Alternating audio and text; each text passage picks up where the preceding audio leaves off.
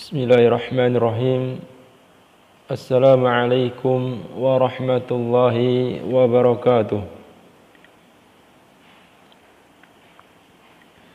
Nahmadullaha wa nashkuruh wa ashhadu an la ilaha illallah wahdahu la syarika lah wa ashhadu anna Muhammadan abduhu wa rasuluh.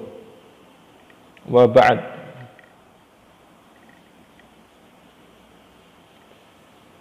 Kaifa halukum ayyuhal jamaah? Semoga semuanya dalam keadaan sehat dan senantiasa dalam naungan dan perlindungan Allah Subhanahu wa taala.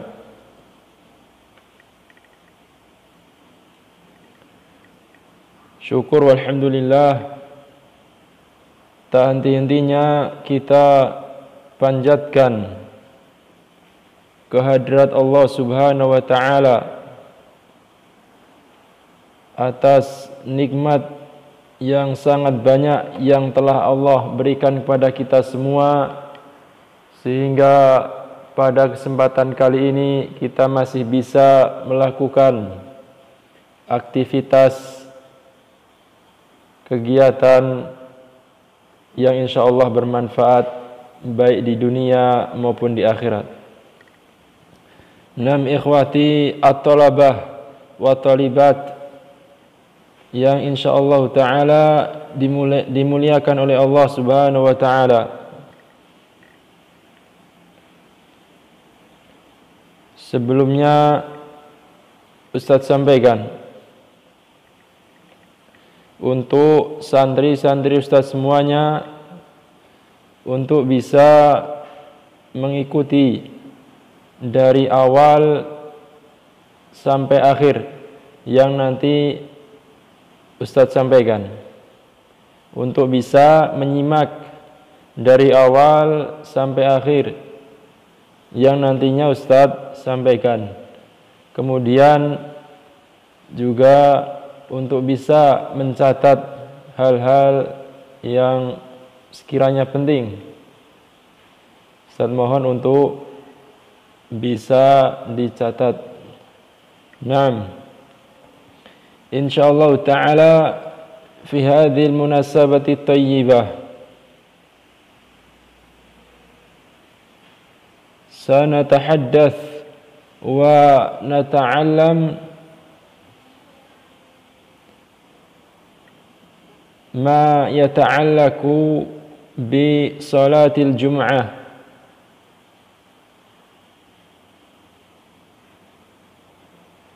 fi kitabi Fiqhil Muyassar. Insyaallah taala pada kesempatan kali ini kita akan belajar melanjutkan pembahasan kita sebelumnya yang berkaitan dengan salat Jumat.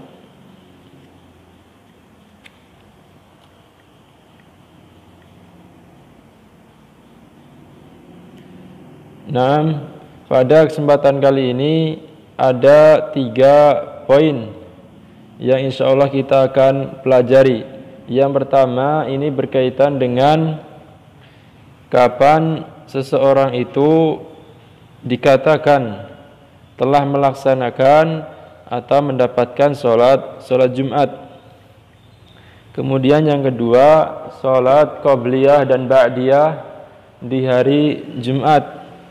Kemudian yang ketiga ini berkaitan dengan sunnah-sunnah di hari Jumat.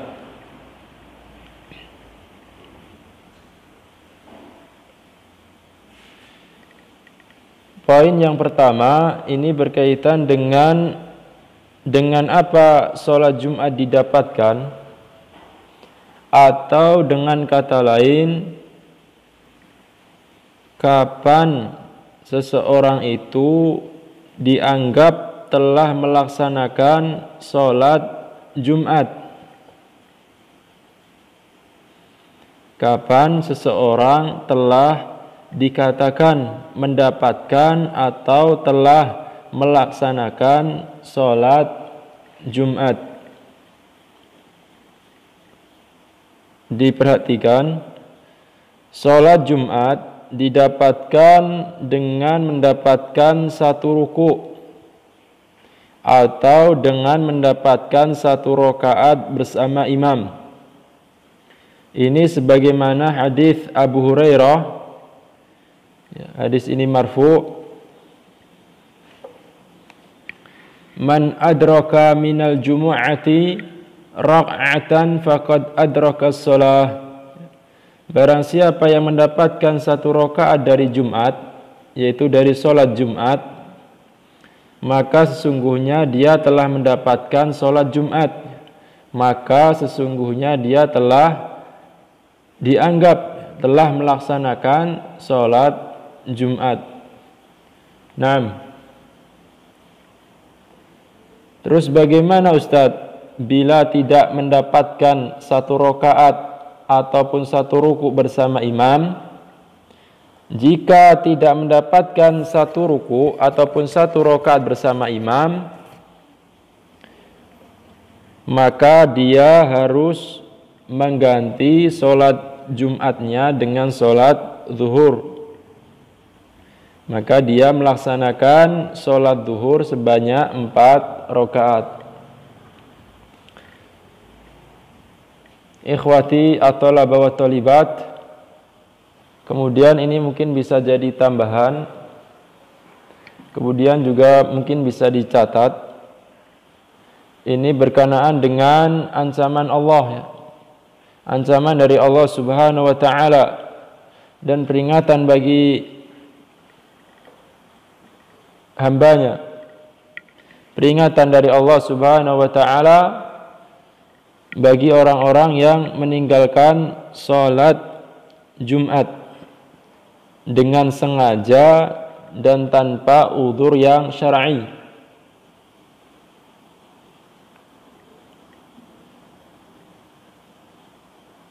Qala Rasulullah sallallahu alaihi wasallam, la yantahiyanna aqwamun an wada'ihimul jumu'at aw la yakhtimanna Allahu ala qulubihim thumma la yakunanna minal ghafilin. Rawahu Muslim. Hendaklah orang-orang itu berhati-hati dari meninggalkan sholat Jumat,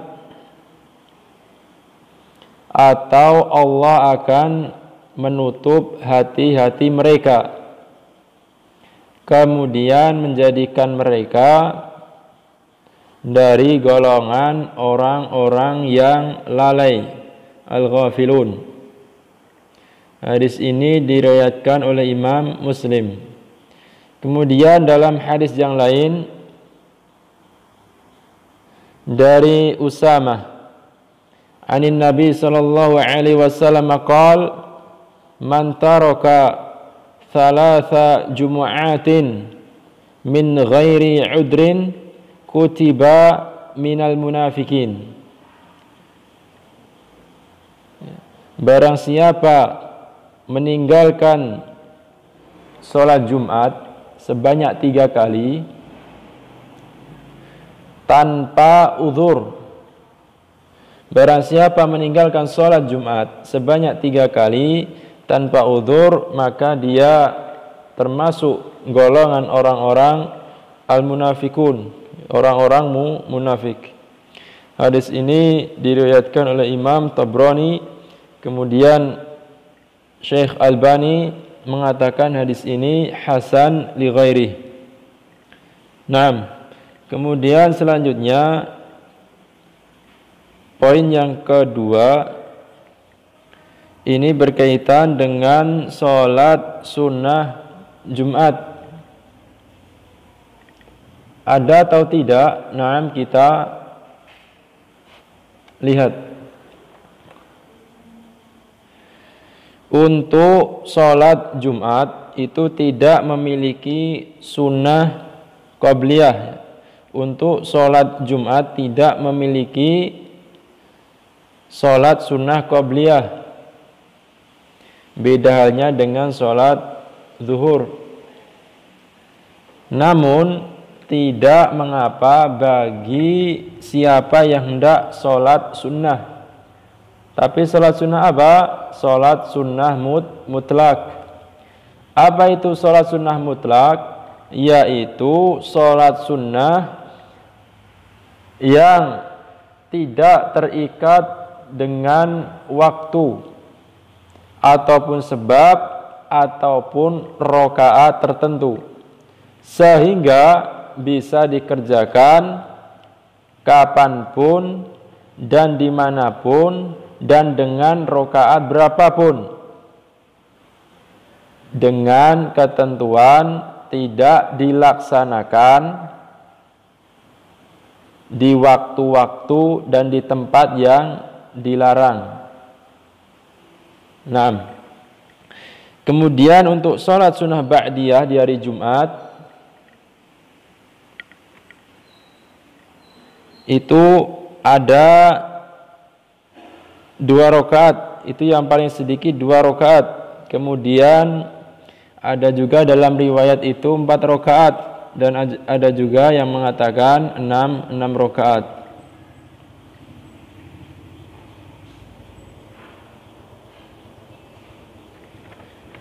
Kemudian untuk poin yang ketiga ini berkaitan dengan sunnah-sunnah di hari Jumat.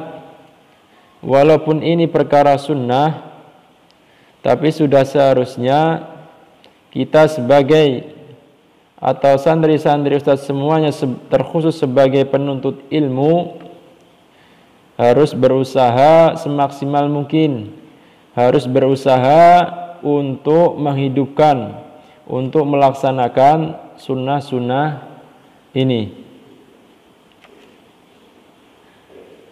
Yang termasuk perkara yang disunahkan di hari Jumat itu yang pertama berangkat di awal waktu. Kenapa berangkat di awal waktu? Karena di sana ada fadilah atau keutamaan yang sangat besar. Keutamaan yang besar. Sebagaimana dalam hadis Abu Hurairah disebutkan dalam hadis Abu Hurairah bahwasanya barang siapa yang berangkat di awal waktu, yaitu berangkat mubakir, maka dia seolah-olah telah berkurban seekor unta. Seolah-olah telah berkurban seekor unta. Itu keutamaan yang sangat besar. Kemudian yang kedua, memakai wangi-wangian dan baju yang paling bagus. Memakai wangi-wangian dan baju yang paling bagus. Karena yang kita tuju, tempat yang kita tuju yaitu rumah Allah Subhanahu wa taala. Sudah sepantasnya kita memakai baju yang paling bagus, kemudian juga memakai wangi-wangian. Kemudian mungkin ini buat tambahan, mungkin bisa dicatat. Kemudian pada hari Jumat itu juga disunahkan untuk memotong kuku, ya, untuk memotong kuku dan memotong rambut, ya. Dikatakan Imam An-Nawawi bahwasanya Imam Syafi'i dan ulama dari madhab Syafi'iyah menegaskan dan menekankan atas anjuran memotong kuku, ya, dan juga memotong atau mencukur rambut-rambut, ya, baik itu kumis maupun rambut di sekitar kemaluan, bulu yang tumbuh di sekitar kemaluan. Ini pada hari Jumat, ya, ini dalam Majmu' Syarhu Al-Muhadzab.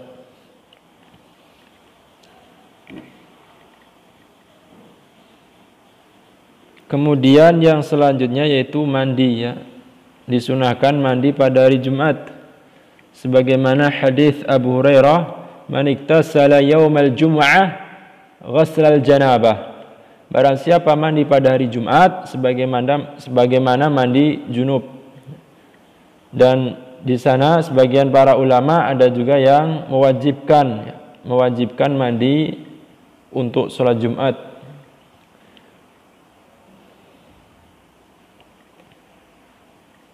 Nam ikhwati at-talabah wa talibat a'azani Allah wa iyyakum. Kemudian selanjutnya memperbanyak selawat atas Nabi. Apa keutamaannya? Seperti yang diriwayatkan oleh Imam Al-Baihaqi, Rasulullah sallallahu alaihi wasallam bersabda, "Aktsiru 'alayya minas shalah fi kulli yaumil jumu'ah fa inna salata ummati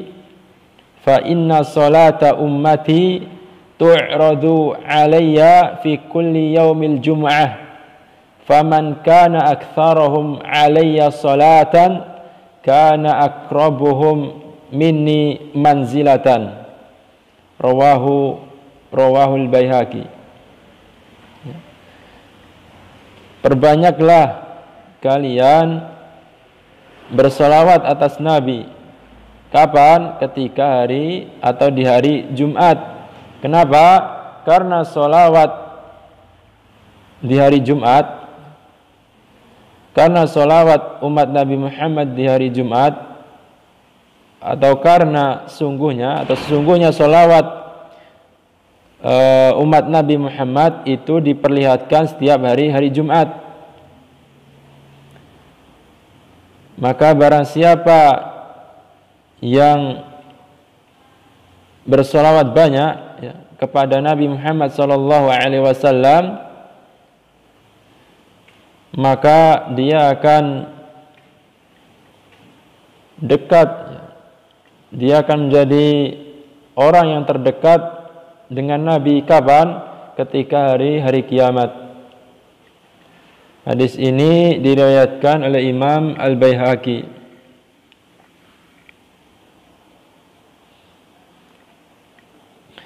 Kemudian selanjutnya memperbanyak doa kepada Allah Subhanahu wa taala. Apalagi di hari Jumat disunahkan untuk memperbanyak berdoa kepada Allah Subhanahu wa taala.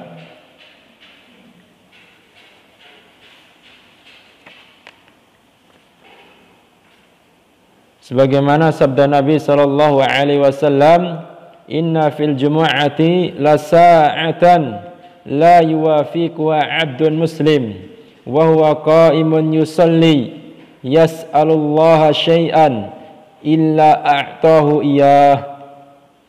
Sungguhnya pada hari Jumat ada suatu waktu. Diingat, sungguhnya pada hari Jumat ada satu waktu di mana tidaklah seorang hamba muslim menempatinya sementara dia sedang berdiri sholat, kemudian yas'alullaha syai'a, kemudian dia memohon sesuatu kepada Allah Subhanahu wa taala, illa a'tahu iyah,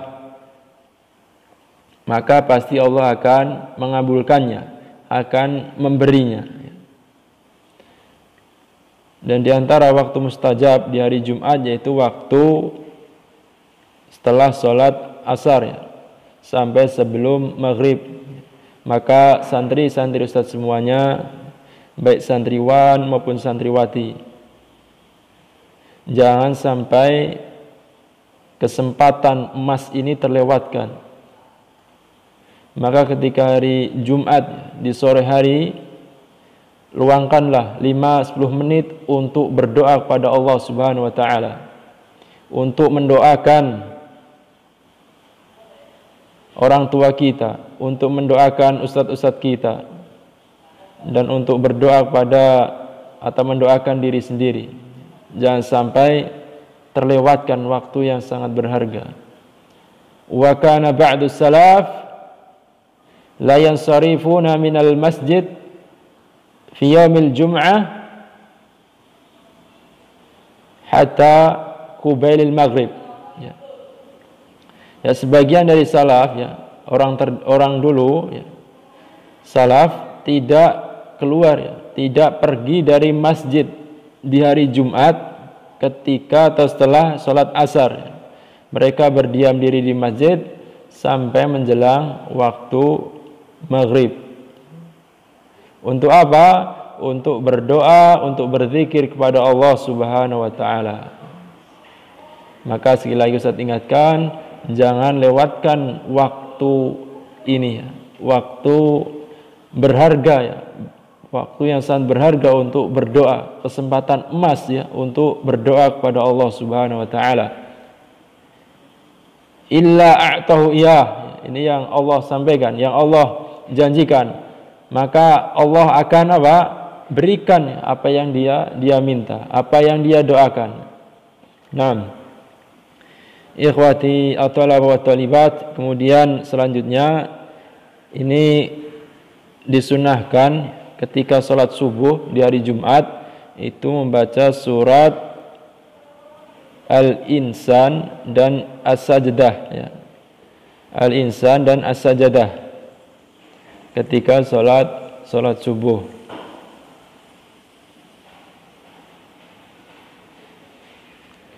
Kemudian selanjutnya disunahkan membaca surat Al-Kahfi.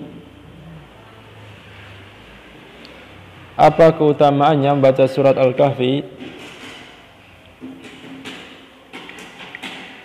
Sebagaimana sabda Nabi sallallahu alaihi wasallam, "Man qara'a surat Al-Kahfi yaumal jum'ah sata'a lahu nurun min tahti qadamih ila ananis sama yudhi'u bihi yaumal qiyamah wa ghufira lahu ma bainal jum'atain."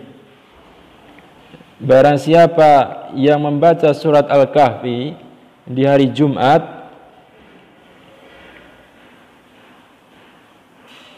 ya, barang siapa membaca surat Al-Kahfi di hari Jumat, maka cahaya akan bersinar baginya, untuknya dari bawah kakinya sampai ke awan di atas langit, sampai awan di atas langit yang menyinarinya pada hari kiamat.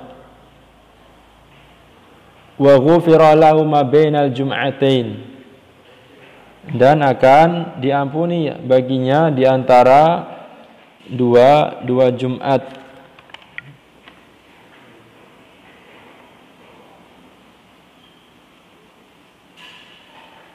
Nah, mungkin ini yang dapat Ustaz sampaikan. Semoga ini bermanfaat bagi kita semua dan bisa melaksanakan apa yang sudah kita pelajari, mempraktekannya, tatbik. Karena dengan tatbik atau dengan pengamalan itu salah satu cara, ya, agar ilmu yang kita pelajari itu lebih kuat di dalam adhan, ya, dalam memori otak-otak kita semuanya. Ya, Ustaz harap apa yang saya sampaikan tadi bisa diamalkan sehingga apa yang kita pelajari membawa manfaat bagi kita semuanya, baik di dunia maupun di akhirat. Dan semoga yang kita lakukan, yang kita kerjakan pada kesempatan kali ini mendapatkan pahala dari sisi Allah Subhanahu wa taala dan bisa memperberat timbangan kita di hari kiamat kelak. Ya, untuk santri-santri semuanya tetap semangat, baik santriwan maupun santriwati, walaupun belajarnya dari rumah, saudara masih tetap semangat, bisa menyimak dan mengikuti arahan baik dari asatidzah maupun ustadzat. Dan jangan lupa untuk berdoa pada Allah Subhanahu wa taala agar senantiasa dimudahkan dalam semua urusan, terutama ketika belajar, menghafal, dan dengan berdoa insyaallah taala Allah akan memberikan kepada kita semua ilmu yang bermanfaat. Sekali lagi Ustaz ingatkan, semoga apa yang Ustaz sampaikan tadi bisa diamalkan, bisa diterapkan dalam kehidupan kita, karena dengan itu salah satu cara untuk membuat ilmu itu kuat dalam adhan, dalam otak-otak memori kita semuanya. Mungkin ini, kemudian yang belum paham atau kurang jelas ya dalam penjelasan Ustadz yang sangat singkat ini, karena keterbatasan waktu mungkin bisa ditanyakan. Wallahu ta'ala a'lam bissawab. Wa sallallahu ala nabiyyina Muhammad wa nas'alullaha ay yuwaffiqana wa iyyakum. Subhanakallahumma wa bihamdik asyhadu an la ilaha illa anta astaghfiruka wa atubu ilaik. Assalamualaikum warahmatullahi wabarakatuh.